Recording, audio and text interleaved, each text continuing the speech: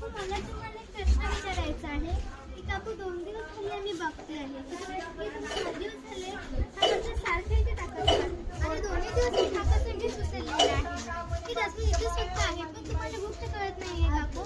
तुम्ही हा सगळा कचरा इथे टाकत आहात पण याचा परिणाम तुमच्या मुलीवर होतो. तुमच्या मुलीचं आरोग्य खराब होत आहे, माझं तुमचं आरोग्य खराब होत आहे, या परिसरातल्या सगळ्या लोकांचं आरोग्य खराब होत आहे. त्यामुळे दुसरं कोणाचं नाही, तुमच्याच मुलीचं तुमचंच नुकसान होत आहे, तुमच्यावरच रोग येते. मला तुम्ही एक प्रश्नाचं उत्तर द्या काकू. तुम्ही घरामध्ये साफसफाई करत असाल करताना मग तुम्ही तो कचरा तुमच्याच बेडरूमात टाकता का? तुम्ही तिथे काय नाही टाकत? कारण तिथे तुम्हाला वास येईल, तुम्हाला मच्छर चालेल, मग तुम्ही इथे काय टाकता? तुम्ही आपल्या घरामध्ये सावडलेलं कसं आपल्या रूममध्ये टाकत नाही का? त्याचाच तुम्हाला वास येईल, त्याचाच तुम्हाला डास जास्त येईल. मग हे परिसर तुमचा नाही आहे का?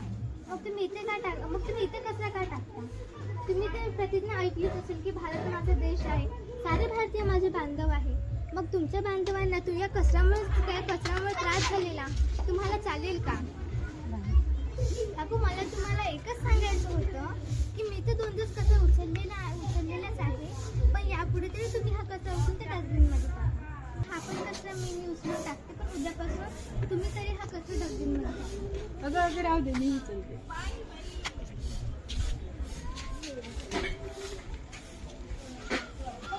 ठीक आहे काकू, मी येते.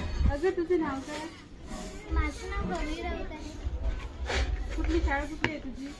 मी इंग्लिश शाळेमधली 8वी ब ची विद्यार्थिनी आहे आणि मला तुम्हाला सांगताना खूप आनंद होत आहे की माझ्या शाळेमध्ये सुद्धा माझी शाळा सुंदर शाळा हा उपक्रम चाललेला आहे आणि त्यामुळेच मी शक्यतो लोकांना सांगण्याचा प्रयत्न करत आहे की तुम्ही हा कसं इथं न टाकता ते डस्टबिनमध्ये टाका.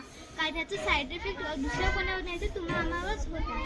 ठीक आहे, मला अशी आशा आहे की तुम्हाला हे कळलं असेल. थँक्यू गुंगी, तुम्ही मला स्वच्छताबद्दल इतकी माहिती दिली, त्याचं महत्त्व पटवून सांगितलं. ठीक आहे.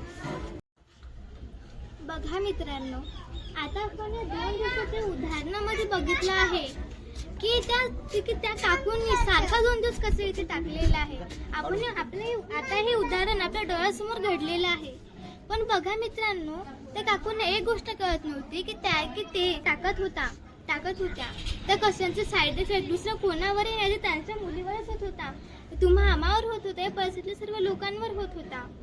बघा मित्रांनो, माझ्या शाळेमध्ये सुद्धा माननीय मुख्यमंत्री एकनाथजी शिंदे यांनी माझी शाळा सुंदर शाळा हा उपक्रम राबवलेला जात आहे आणि त्यामुळेच मी शक्यतो लोकांना पटवून देण्याचा लोकांना स्वच्छतेचं महत्त्व पटवून देण्याचा प्रयत्न करत आहे. तर माझी एकच विनंती होती की तुम्ही जो कचरा की आपण घरातला जो कचरा सावरतो तो आपण घरामध्ये टाकत नाही, बाहेर टाकतो. मग आपण बाहेर का टाकतो? हा परिसर सुद्धा आपला आहे.